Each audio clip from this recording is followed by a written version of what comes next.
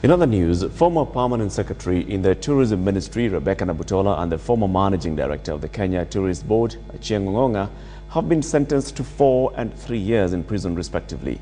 The two have been found guilty of defrauding the ministry 8.9 million shillings. A former KTB member and the owner of a tour operating company, Duncan Muriuku, has also been sentenced to 7 years in jail with a 17.8 million shillings fine.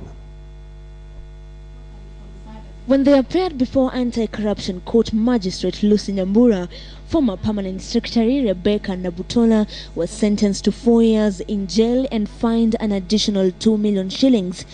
Former Kenya Tourism Board Managing Director Achieng Ongong'a was sentenced to 3 years in jail and fined 1.5 million shillings. The two will face an added jail term of 3 years each should they fail to pay the fines.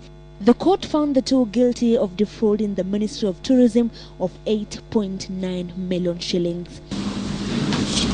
A board member and a tour operator, Duncan Muriuku, was sent to prison for 7 years.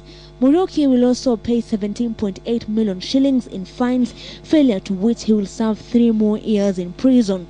In addition, Muriuku was directed to refund 800,000 shillings to the state and a further 500,000 shillings to the government, failure to which he will serve a further 1 year in prison. Sentencing the former officials, the magistrate noted that the prosecution has proved its case and the accused must be punished accordingly. The case involved investigations in the illegal payment of money that coordinated a visit to the Mara by President Mwai Kibaki and other top government officials in 2008 during the famous wildebeest migration. According to the prosecutors, procurement procedures were flouted in awarding the tender to a tour firm that organized the trip. They blamed the PS and the former KTB boss for failing to follow laid-down regulations. The trio was charged in May 2009 following recommendations by the then Kenya Anti-Corruption Commission.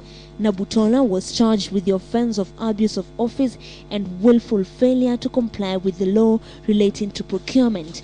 Ongong'a faced similar charges, while Muriuku was charged with the offense of conflict of interest. During the charges, Nabutola defended the trip to the Masai Mara Game Reserve, saying the participants visited various hotels and resorts in the game reserve and held meetings with stakeholders in tourism, security personnel, and local authorities on ways to improve the sector. Angel Katusia, KTN Prime.